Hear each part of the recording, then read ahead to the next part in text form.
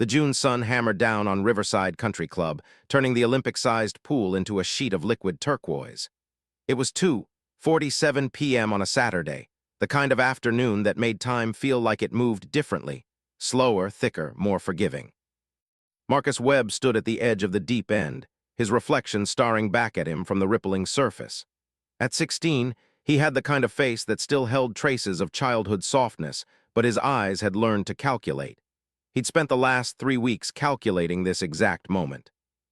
In his hand, gripped so tightly his knuckles had gone white, was a 2-liter bottle of fabric dye, the deep crimson kind used for tie-dyeing shirts. Food coloring had been his first plan, but he'd researched it obsessively late at night, screens glowing in the darkness of his room. Food coloring wouldn't be dramatic enough. This needed to be seen. This needed to be felt. "Bro, you're really going through with it?" His friend Devin appeared beside him, still dripping from the shallow end where they'd been throwing a football. Devin was broader, louder, the kind of guy who said things without thinking and never paid the consequences because people generally liked him too much to hold grudges. "She deserves it," Marcus said quietly, his jaw clenched. He could still see the screenshot on his phone, the one he'd memorized without meaning to. His girlfriend, ex-girlfriend, now Lily, wrapped around Tyler Hendricks in the photo, Tyler's hand on her waist, her head tilted back, laughing. The photo had been posted and deleted within 17 minutes, but Devin had caught a screenshot. Devin always caught everything.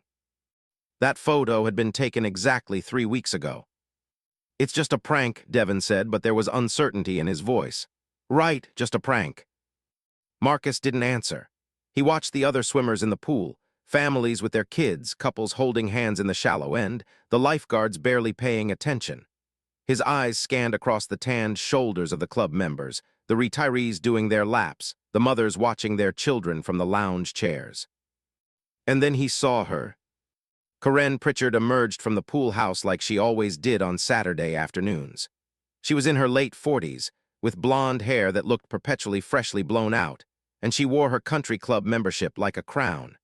She'd been the one who'd texted Lily's mother last month about Marcus and Lily getting too close for comfort at the spring gala. She'd been the one who mentioned Marcus's mother's job at the public library, as if that was somehow relevant, during the membership review meetings. And she'd been the one who'd made a comment about types in a way that made it clear she'd meant something very specific. Corinne was not the actual target, but Corinne was always there, always watching, always judging. "Marcus," Devin grabbed his arm, "think about this for like 1 second." "I have," Marcus said, "for 3 weeks." The bottle felt warm in his hand. He'd filled it that morning, had taped a plastic wrap around the opening under the cap to prevent leaking, and had hidden it in his gym bag the entire drive over. He'd practiced the motion 100 times in his room, the way he'd have to run, the angle he'd need to achieve, the trajectory to maximize spread.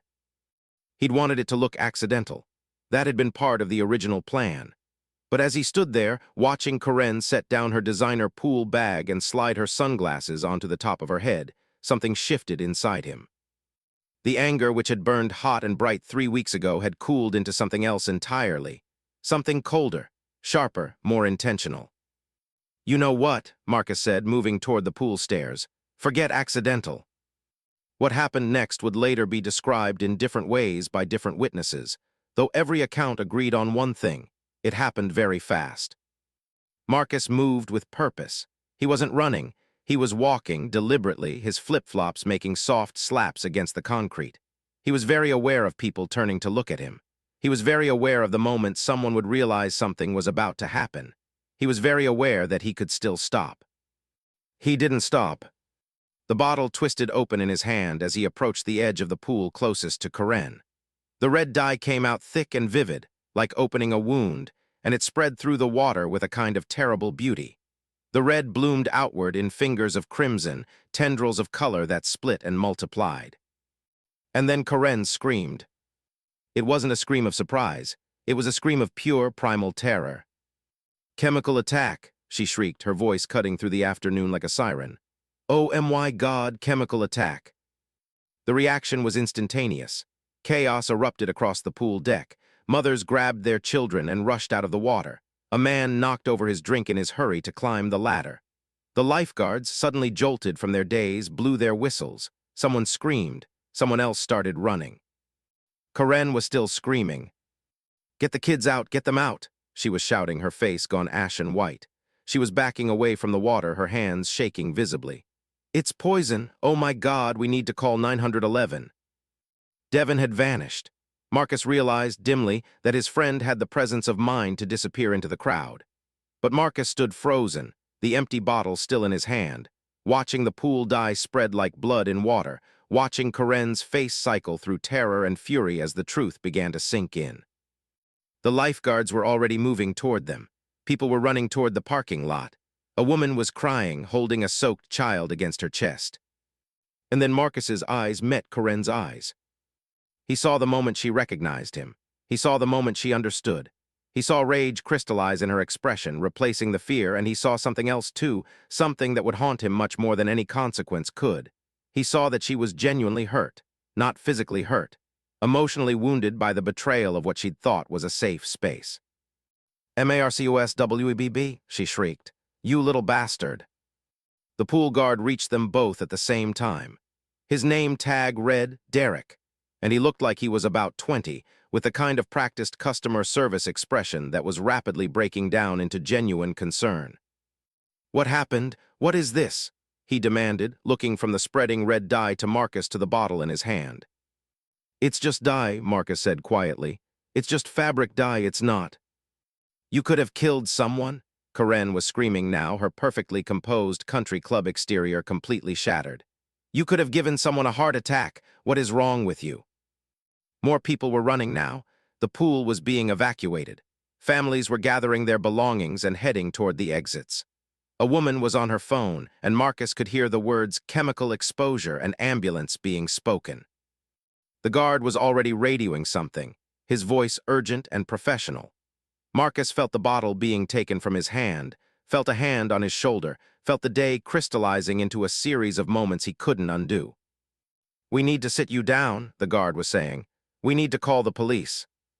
Karen's face was still white. She was still shaking. And even though Marcus could see the exact moment relief washed over her as she realized it was just dye, the damage was already done. The terror had been real. The panic had been real. The fear had been genuine, even if the threat had not. "My lawyer," Karen said, her voice trembling but her words sharp as broken glass, "is going to bury you." Marcus should have said something. He should have apologized. He should have done anything except stand there and nod slowly, as if he finally understood what he'd done. But he did understand, he just didn't care yet. It would take him much longer to understand that the person he should have been most angry at, the person he'd been trying to hurt this whole time, wasn't Karen at all. Someone had recorded the incident on their phone. Of course they had. In 2024, nothing happened unless it was filmed, edited, and uploaded to social media before the event was technically over. The video started with Marcus's calm walk toward the pool, the bottle raised deliberately. It captured his face, and this was the part that mattered most, completely devoid of emotion. It captured the moment the dye hit the water. It captured Karen's scream, raw and terrified. It captured the chaos that followed, the running families, the children crying. What it didn't capture was Marcus's thought process. What it didn't capture was the 3 weeks of lying awake at night, refreshing his phone, checking to see if Lily had posted anything new. What it didn't capture was the moment he'd seen Tyler and Lily together at the mall, touching in a way that suggested it had been going on for longer than he thought. What it didn't capture was the hollow feeling of realizing that the person you'd built your entire summer around had never really thought of you as anything more than convenient. But the court of public opinion didn't need those details. By 4 p.m., the video had 487,000 views. By 5 p.m., it had 1.2 million. By dinner time, Marcus's name was being asked for on every local news channel. By 9 p.m., his face was printed on news websites across the state. Local teen arrested after fake chemical attack AT Country Club sparks panic, read one headline. Hoax or hate crime, Riverside community reels from pool incident, read another. Marcus sat in a police interview room at 7:47 p.m., drinking terrible coffee that had gone lukewarm in a styrofoam cup. Detective Sarah Chen sat across from him, her dark eyes sharp and professional. She had kind of impressive eyebrows, Marcus found himself noticing irrelevantly. She looked tired. "So you want to tell me what you were thinking?" she asked, not unkindly. Marcus's mother sat next to him, her hand occasionally reaching out to grip his shoulder, then pulling back. She was a woman who believed in rules. She was a woman who'd raised him to understand consequences. She was also a woman who was currently looking at her son like she wasn't entirely sure who he was. "I was thinking she deserved it," Marcus said. "Corinne Pritchard deserved it," Detective Chen clarified. "Not specifically her," Marcus said. She was there." This, Detective Chen seemed to understand, was not the right answer. His mother's grip on his shoulder became painful. "Walk me through this," the detective said, pulling out a small notebook. "You planned this." "Yes." "For how long?" "3 weeks." "And what precipitated the plan?" Marcus told her about Lily. He told her about the photo. He told her about everything except the real reason, which was that he'd felt unmade by another person's indifference, that he'd felt invisible in a way he'd never felt before, that the only way to make himself visible again was to do something undeniable. Detective Chen listened to all of this without expression. When he was done, she set down her pen and looked at him directly. "Do you have any idea what you did today?" she asked. "I played a prank," Marcus said. "You caused a panic," she corrected. "You caused real terror. Corinne Pritchard is currently in the hospital being evaluated for a cardiac event. 3 other people reported chest pain and were also transported. A child nearly drowned because their parent pulled them out of the water so fast. There's a woman out there right now with PTSD over what you did." The coffee cup felt very heavy in Marcus's hand. "It was just die," he said quietly. "It was never about the die," Detective Chen said. She leaned back in her chair. "It was about what it represented, and what it represented was enough to make people believe their lives were in danger." The charges came through the next day. Filing a false report, creating a public panic, reckless endangerment, and something called terroristic threatening that made Marcus's stomach drop to his feet. The last one was the one his court-appointed attorney seemed most concerned about. "Given the current climate," his attorney, a tired man named Robert Castellano, who represented 3 other teenagers arrested at the country club over the past 5 years. "The DA is going to be very aggressive. They're going to make an example out of you." Marcus's mother sat very still during this conversation. She'd already called her job and told them she wouldn't be in for a while. She'd already called his school and told them that Marcus would not be completing his junior year there. She'd already started the process of dismantling the summer that he'd spent 3 weeks carefully planning and destroying in 3 seconds. "What does that mean?" Marcus asked. "In terms of actual consequences?" "Worst case, juvenile detention," his attorney said. "Most likely case, probation, community service, possible restitution. But this is going to be very public and it's going to be very ugly." He was right about the public part. The story had legs. The story had narrative. The story had a sympathetic villain, Corinne, who'd made unfortunate comments about Marcus's socioeconomic status, and a seemingly sympathetic perpetrator, Marcus, a teenage boy with a broken heart, and a perfect villain, Marcus, an anonymous teenager who'd thrown a community into panic. Every person who told the story adjusted it slightly for their audience. The country club crowd said Marcus was a delinquent. His school friends said Corinne had it coming. The local news painted it as a cautionary tale about teenagers and social media and mental health. The national news outlets picked it up and started making it about class issues. The progressive outlets made it about toxic masculinity. The conservative outlets made it about the breakdown of discipline in modern parenting. Nobody talked about the actual things that mattered. Nobody talked about the fact that Marcus had been 17 when his heart broke and didn't know how to put it back together. Nobody talked about the fact that Lily had never told him about Tyler. Nobody talked about the fact that in trying to make himself seen, Marcus had instead made everyone see exactly what they expected to see. An angry, reckless teenager with something to prove. 3 days after the incident, as Marcus sat at home under house arrest waiting for his trial date, his phone buzzed with a notification. It was a message from an unknown number. "You ruined my life over a girl. She's already moved on. Everyone's moved on. You're the only one still thinking about it." It was from Lily. For reasons he wouldn't fully understand until much later, Marcus read that message over and over until the words blurred into nonsense. She wasn't wrong. Everyone had moved on. The video had been forgotten by the internet, replaced by other dramas, other outrages, other teenage catastrophes. Corinne was recovering. The pool had been drained and cleaned. The country club had released a statement expressing their relief that it was a false alarm, while also firmly disassociating themselves from Marcus. But Marcus couldn't move on. Court dates were scheduled for September. By September, Marcus's mother had sold her hybrid sedan to pay for his legal fees. By October, she'd started a second job at the library system's night shift.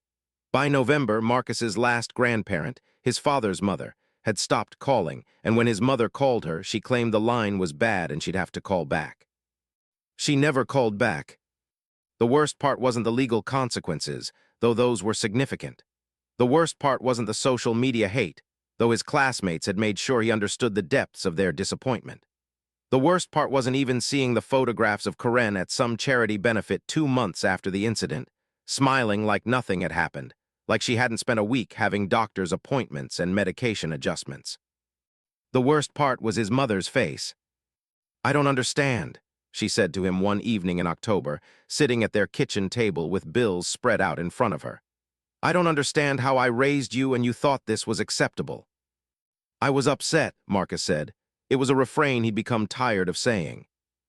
"Upset, Marcus, I've been upset my entire life. I've been upset about things that actually mattered, and I never once decided to," she gestured vaguely, "terrorize an entire community." "It wasn't about terrorizing anyone," Marcus tried again. "It was about—" "I know what it was about. It was about you. It was about your feelings, and I get that. I do. But there are other people in the world, Marcus. There are people with real problems, and you used up their patience and their grace to make a point about your broken heart." His mother had never been a woman who minced words, but something had changed in how she spoke to him. The disappointment had crystallized into something harder, something less forgiving. The trial happened on November 3rd. It was technically a juvenile court, which meant fewer details were made public, but the outcome was just as binding. Marcus was found guilty on 3 of the 4 charges. Reckless endangerment didn't stick, but everything else did. The sentence was 6 months of probation, 200 hours of community service, with a specific requirement that it be performed at a youth mental health nonprofit, and $3,000 in restitution to be split between the country club for cleanup costs and Corinne Pritchard for medical expenses and emotional distress. $3,000 that his mother didn't have. "We'll figure it out," she said on the car ride home, but they both knew they wouldn't. They'd be paying it for years. He'd probably be paying it for years. What nobody mentioned in court was the fact that Marcus had spent the last month in therapy, court-mandated grudging therapy at first, then something that actually started to matter. His therapist, a woman named Dr. Patricia Wung, had asked him to think about what he was actually angry about, and Marcus had spent 5 sessions avoiding the question before finally cracking. He wasn't angry about Lily. He wasn't even really angry about Tyler. He was angry about feeling powerless. He was angry about the fact that Lily got to make choices that affected him and then just walk away. He was angry about the fact that rejection was supposed to just be accepted, absorbed, moved past. He was angry about the fact that he was supposed to feel grateful for the relationship at all, even though it had left him feeling empty. "And so you tried to make someone else feel that emptiness," Dr. Wung had said, not unkindly.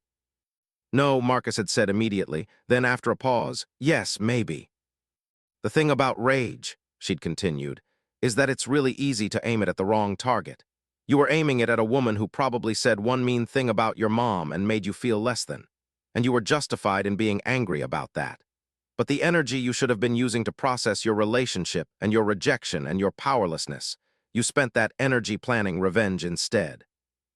Marcus was spending his community service at the Riverside Youth Crisis Center, a nonprofit organization that ran a crisis hotline and support groups for teenagers.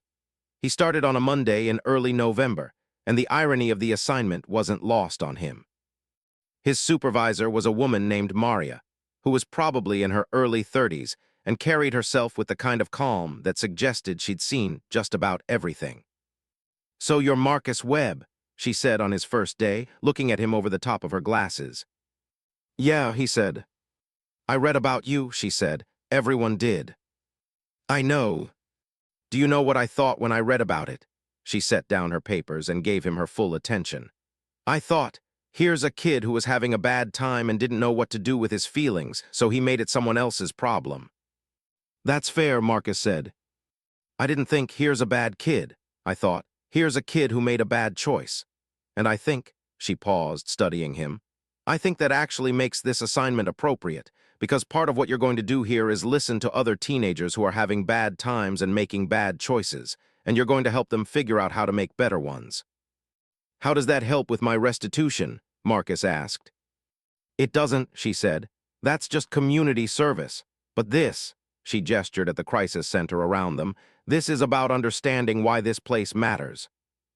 Marcus's first call on his first day came at 4:37 p.m. He was supposed to be shadowing Maria, listening to her handle calls, learning the protocol. But Maria was on break and someone had to pick up. It was a girl. She sounded young, maybe 14. Hi, Marcus heard himself say.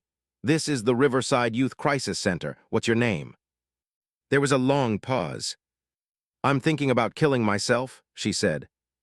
Every piece of training Marcus had received in the past 3 hours flew out of his head. He looked frantically for Maria, but she was in the break room. He was very alone. Okay, he said, trying to sound calm. Okay, I'm glad you called. Can you tell me what you're feeling right now? The girl, who said her name was Sophie, explained that her ex-best friend had started a rumor about her at school. The rumor had spread.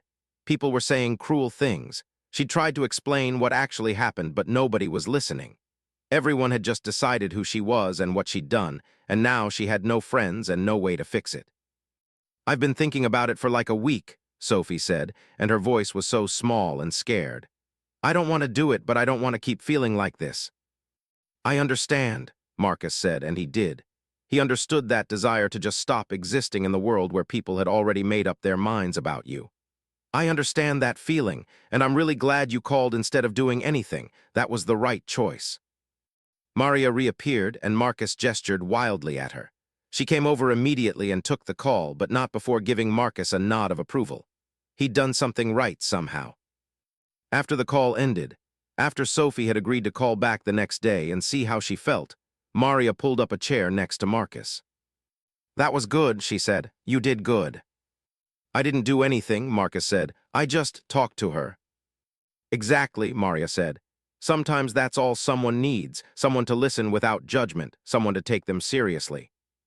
Marcus thought about Karen. He thought about the fact that nobody had listened to why he was angry. They'd only listened to what he'd done. He thought about the fact that the anger, the actual real legitimate anger about being treated like he didn't matter, had gotten completely lost in the story about the prank. What happens to her? Marcus asked. To Sophie. I don't know, Maria said honestly. The goal is that she gets through the next day, and then the next.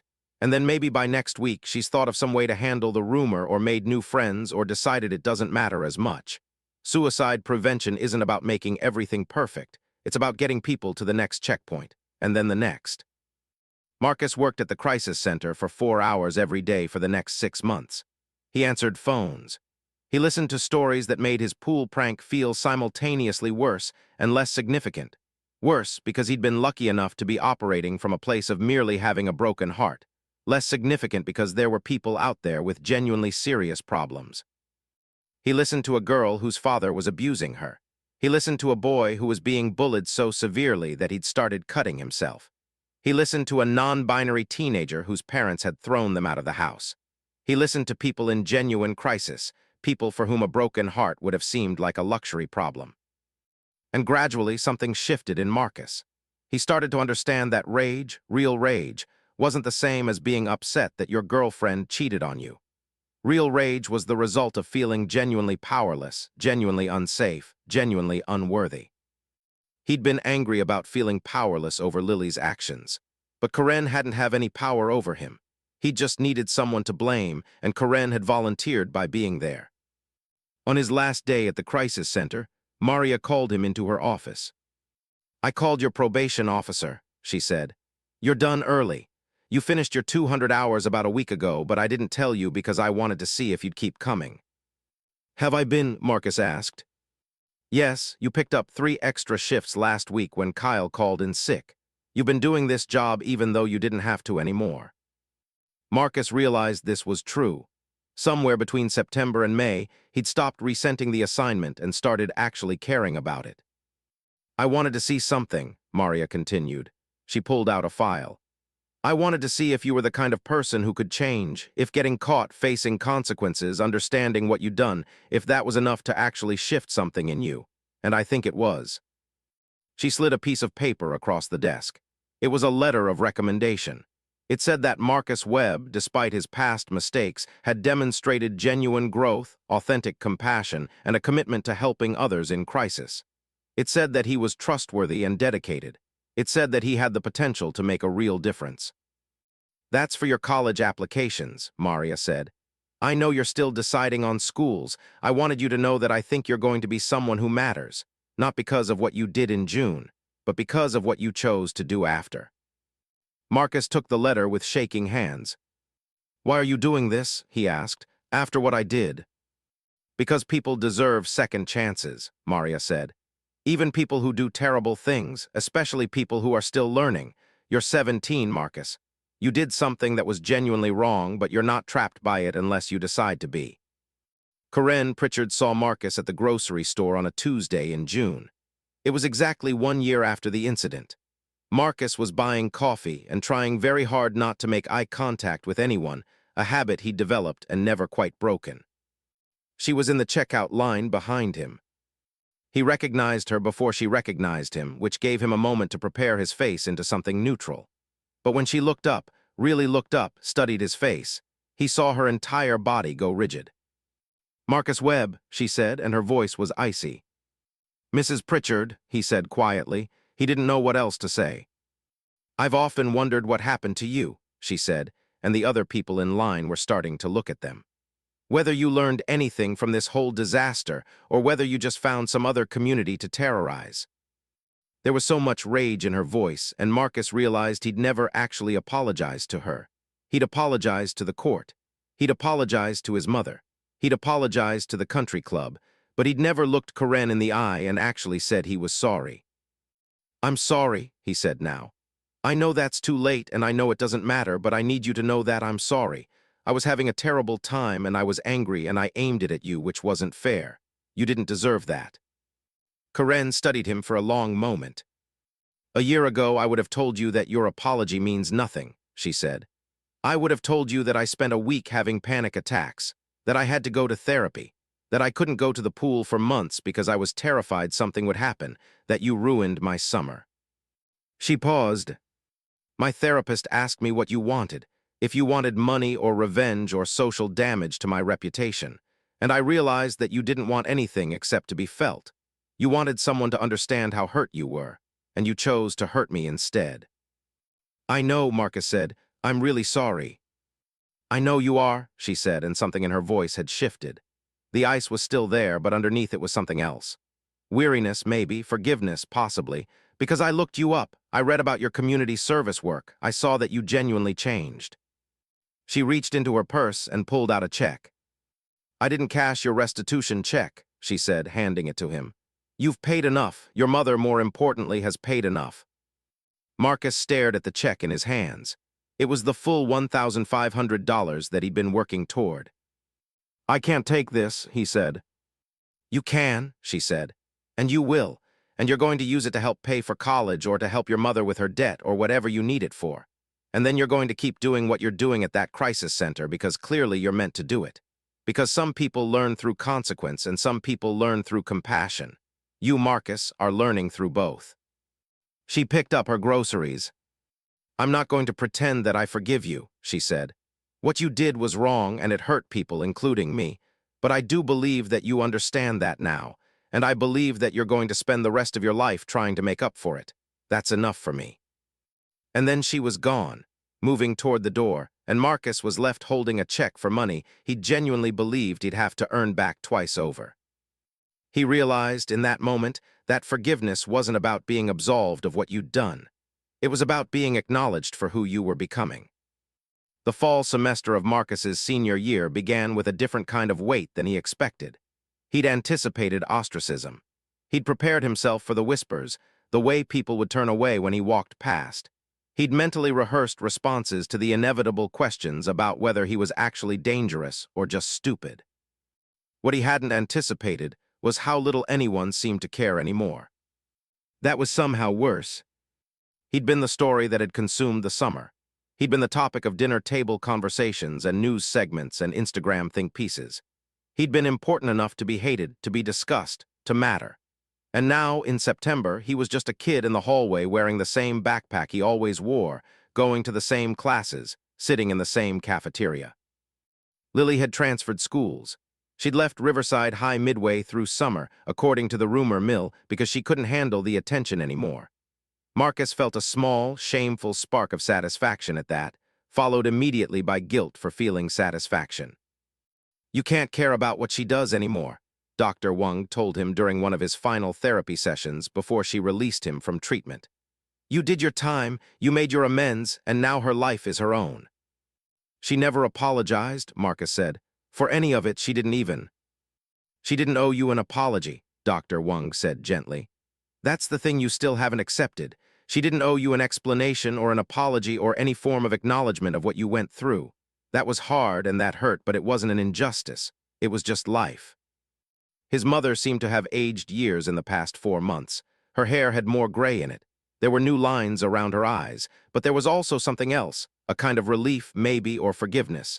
She'd started cooking again. She'd started smiling at dinner. "I was so scared," she told him one evening in October. "After everything happened, I was terrified that the person you'd become, the person who did that, was who you actually were, that somehow I'd failed so badly at raising you that you were just broken." "I wasn't broken," Marcus said. "I was just hurt." "I know that now," she said. "I think I knew it then, but I was too angry and too scared to admit it. I wanted you to suffer for what you'd done because I thought that would fix it. I thought if I was disappointed enough, if I was angry enough, you'd learn." "I did learn," Marcus said. "I know, and I'm proud of you. I want you to know that. I haven't said it in months, but I'm incredibly proud of the person you're becoming." Marcus wanted to cry, but didn't. He was 17 and still learning that sadness and pride could exist in the same moment. December brought acceptance letters and college websites, and the strange experience of planning for a future that didn't feel quite real yet. Marcus was applying to state schools primarily, a few universities with good scholarship opportunities, and one reach school, University of Washington, which had an excellent psychology program and a thriving crisis support center on campus. He wanted to study mental health services. He wanted to keep doing what he was doing at the crisis center. He wanted to understand on a deeper level what made people break and how they could possibly be fixed. "That's a good trajectory," his guidance counselor said when Marcus came in to finalize his college list. Mr. Peterson was a man in his 50s who'd been doing this job for 30 years and had seen every kind of teenage disaster imaginable. "And I think your essay is strong. The crisis center work is going to look really good." "Do you think colleges are going to judge me because of?" Marcus gestured vaguely. "Everything." "Some might," Mr. Peterson said honestly. "Some might see a juvenile arrest record and decide you're not worth the risk. But others, the ones that matter, are going to see someone who took responsibility for their mistakes and genuinely changed. You'd be surprised how many of those exist." He was right. By February, Marcus had been accepted to 5 schools. The University of Washington sent him a scholarship letter that covered 3/4 of his tuition. It was a future he could actually access. But it was the Tuesday after he got the UW acceptance letter that the real reckoning happened. Tyler Hendricks showed up at Marcus's locker. "Hey," Tyler said, and there was something nervous in his voice. He looked older than Marcus remembered, or maybe that was just perspective. Maybe that was just Marcus realizing that Tyler was just another person, neither villain nor hero, just someone who'd made a choice. "Hey," Marcus said cautiously. They hadn't spoken since before the incident. Actually, they'd barely spoken before the incident, since Tyler had only dated Lily for a few months and had never been particularly close with Marcus's social circle. "I wanted to talk to you about something," Tyler said, glancing around to make sure nobody else was within earshot. "I read about what you did, the crisis center thing, and I wanted to tell you something." Marcus waited. "I transferred schools," Tyler said. "Not for you, not because of all the drama, but because I was having a really hard time and I didn't know how to talk about it. I was dealing with some stuff, depression, anxiety, the whole thing. And I projected that onto relationships in a way that was really unhealthy. I used Lily, kind of. We both used each other, actually, but I was probably more guilty of it." Okay, Marcus said, not sure where this was going. The point is, I heard from someone that you're working at the crisis center now, that you're helping people who are having hard times, Tyler said. And I wanted you to know that I think that's great. I think that's actually incredible, because I didn't have anyone like that when I was going through it. I just had my friends telling me to get over it or deal with it or whatever, and I ended up in some pretty dark places. Marcus felt something unlock in his chest. This wasn't the confrontation he'd been bracing for. This was something else entirely. I'm sorry, Tyler said. I'm sorry that I was part of what made you feel bad enough to do what you did, and I'm glad that you found a way to turn that into something that helps people. He left before Marcus could respond, moving down the hallway with the kind of purpose that suggested he'd been planning that conversation for a while. And Marcus realized, standing there at his locker, that forgiveness wasn't just about the person you'd hurt forgiving you. Sometimes it was also about forgiving the person who'd hurt you, even if they were just as confused and broken as you were. Corinne Pritchard appeared at Marcus's graduation in June. It was such a small thing, just her sitting in the bleachers with a program, but Marcus noticed. He spotted her during the processional and felt something tighten in his throat. After the ceremony, she was waiting by the parking lot. I wanted to come, she said when he approached her. I hope that's not weird. It's a little weird, Marcus admitted. I've been following your progress, she said. Not in a stalker way. Just, my therapist suggested that one way to move past what happened would be to check in on how you were doing, to make sure that you weren't just hiding what you'd done, but actually changing. And I've been reading about your work at the Crisis Center on their website. She smiled, and it was a genuine smile, warm and slightly sad. You've helped 47 people, she said. According to their impact report, 47 people have called that line and you've been the one to answer, or you've been part of their support system. I thought that was worth acknowledging. I'm not trying to make up for what I did, Marcus said. I know, she said. You can't make up for it, but you can do better, and you are. She handed him an envelope. Don't open it now, she said. Open it when you get to college, when you're trying to figure out what's next. What is it? Marcus asked. An investment in your future, she said. Call it a scholarship, call it restitution in reverse, call it whatever makes you feel less uncomfortable about accepting it. But I want you to know that I believe in what you're doing, and I want to be part of it. Why? Marcus asked. Why would you do that? Because my therapist told me that forgiveness isn't about absolving people of what they've done, Corinne said. It's about deciding that the person they're becoming is worth investing in. And Marcus, you're becoming someone worth investing in. He didn't open the envelope until he was unpacking in his dorm room at the University of Washington 3 months later. It was a check for $5,000. There was a note attached. For textbooks, for living expenses, for the moments when the work feels too hard. Keep helping people, you're already saving lives. KP. That November, Marcus answered a call at the Crisis Center, where he'd started volunteering immediately upon arriving at UW. It was a girl who sounded very young and very scared. I did something really bad, she said, and now everyone hates me and I don't know how to fix it. Tell me what happened, Marcus said, and his voice was calm and steady. She told him about a prank she'd pulled at her school, about how she'd meant it as a joke but it had gone wrong, about how people were calling for her to be punished, how her parents were disappointed, how she felt like she'd become a terrible person overnight. I don't know if I'm a bad person, she said, and there was a sob in her voice. And I don't know if anything I do will ever fix this. Marcus thought about June. He thought about the dye in the water. He thought about Corinne's face, terrified. He thought about his mother's disappointment. He thought about all of it. Doing one bad thing doesn't make you a bad person, he said, and he meant it with every cell in his body. It makes you someone who did something bad. Those are very different things. He spent 42 minutes on that call. He spent 42 minutes helping a girl understand that consequences weren't permanent, that people could change, that the actions you took didn't have to define the person you became. When he hung up, he thought about all the ways that life wasn't fair, wasn't linear, wasn't simple. But he also thought about all the ways that people could be better tomorrow than they were today, how they could see the person they hurt and understand the impact, how they could choose, again and again, to do better. His phone buzzed with a text from his mother, proud of you, always. And Marcus realized that he'd finally learned the thing that Dr. Wung had been trying to teach him all along. Growth wasn't about being forgiven. It was about understanding what you'd done and deciding to be someone who would never do it again. Marcus's 20th birthday fell on a Tuesday. He was a junior at the University of Washington, maintaining a 3.7 GPA in his psychology major, and he'd been offered a part-time position as a crisis support specialist at the university's mental health center, a job that came with a title and a modest paycheck, and the kind of responsibility that made him aware, every single day, of the weight of what he was doing.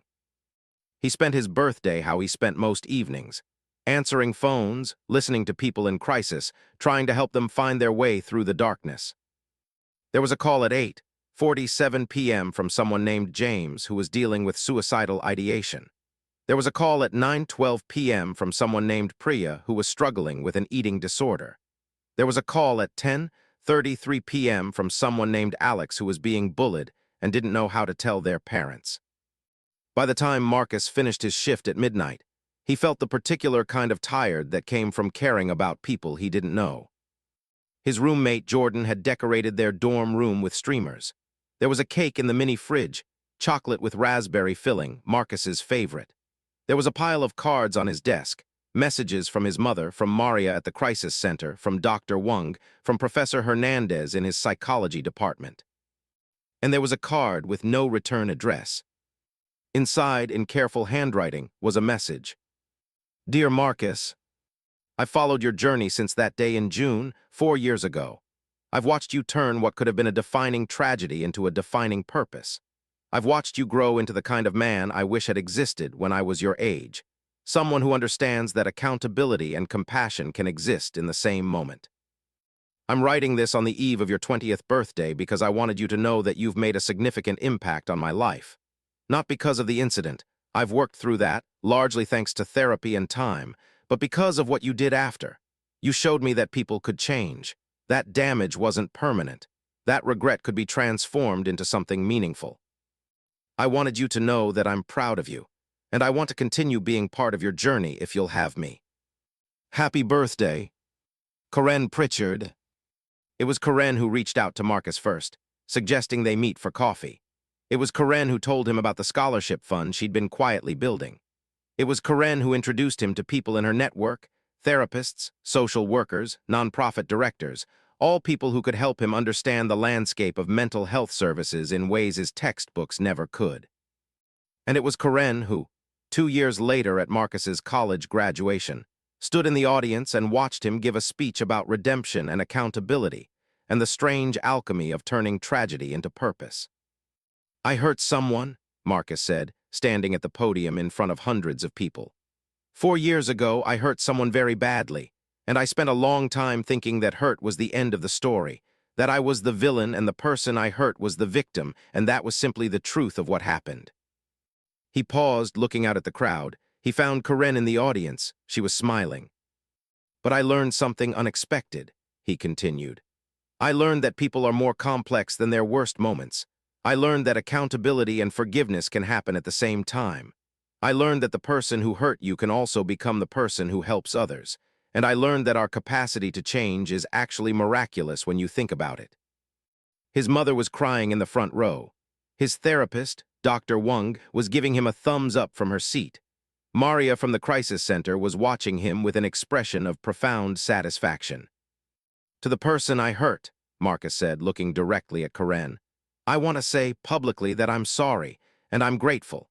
And I hope you know that your choice to invest in my future has literally changed the trajectory of dozens of lives. Because everyone I've helped, everyone I will help, is in some way an extension of the grace you showed me. Corinne wiped her eyes. After graduation, Marcus got a job at a community mental health center in Seattle. He started a support group for teenagers dealing with the aftermath of making terrible choices. He went to graduate school part-time to get his master's degree in clinical psychology. He published a paper on shame and redemption in juvenile offenders that was cited by other researchers. And every single month, he met for coffee with Corinne. It was never awkward. They talked about her life. She'd retired early from her position at the country club, had discovered a passion for philanthropy, was dating someone new who actually cared about her. They talked about Marcus's life. His work, his relationships, his continuing therapy, because Marcus had learned that good mental health wasn't about not needing therapy. It was about knowing when you needed it and having the courage to ask. On the 4th anniversary of the incident, they met at the same coffee shop where Marcus had celebrated his 20th birthday. The barista, a young woman named Sophie who took their order, had no idea that she was pouring coffee for a girl who'd called a crisis line and lived, and for the man who'd answered her call. "I got a letter from a student today," Marcus said, sipping his coffee. "She used to call the crisis line. She was dealing with suicidal ideation, and she wrote to let me know that she's now in college, pre-med, planning to be a psychiatrist." "Because of you," Karen said. "Because she chose to live," Marcus corrected. "I just helped her through that particular night." "You know what I've learned?" Karen said. "I've learned that we spend so much time thinking about the big moments in our lives, the disasters, the triumphs, the turning points, and we miss all the tiny moments when someone says something that changes how we think about something, when someone listens to us when we're falling apart, when someone believes in us even after we've done something terrible." She smiled. "The pool incident changed my life," she continued. "But not in the way you thought it would. I thought it would be a scar, a reminder of what to be afraid of. Instead, it became proof that people could change, that the worst day of someone's life didn't have to be their defining day. And watching you turn that into your life's work, that's been extraordinary." Marcus's graduate thesis was on the topic of redemption and second chances.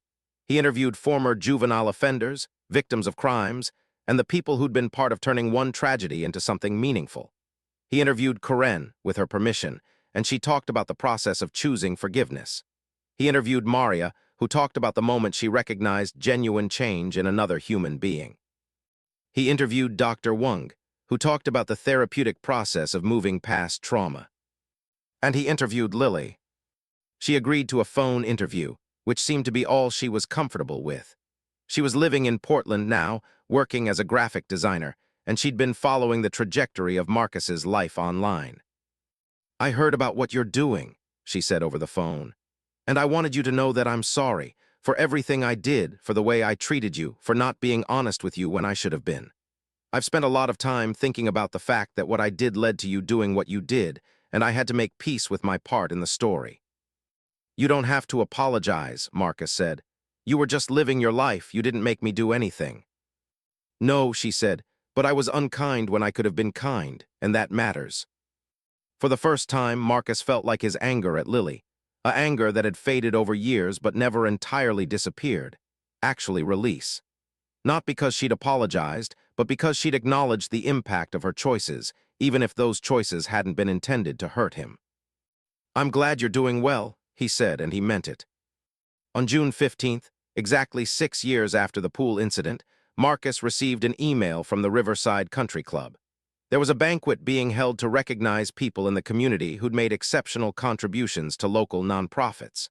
Marcus had been nominated by Karen, and the club wanted to honor his work. Marcus almost didn't go. There was something deeply painful about the idea of returning to the place where he'd done something so reckless, so cruel. But Karen convinced him. "You're not the same person who did that," she said, "and the community needs to know what you've become." The banquet was elegant and slightly boring, as most formal events were. Marcus was one of 12 honorees. There was someone who'd volunteered with the homeless population. There was someone who'd been a big brother to dozens of kids. There was someone who'd started a scholarship fund. When they called Marcus's name, Karen stood up and walked to the podium to introduce him. "6 years ago," she said, looking out at the room, "a teenager did something terrible. He poured fabric dye into this pool and caused a panic. I was the person who was hurt that day. I spent weeks terrified. I spent months in therapy trying to process it."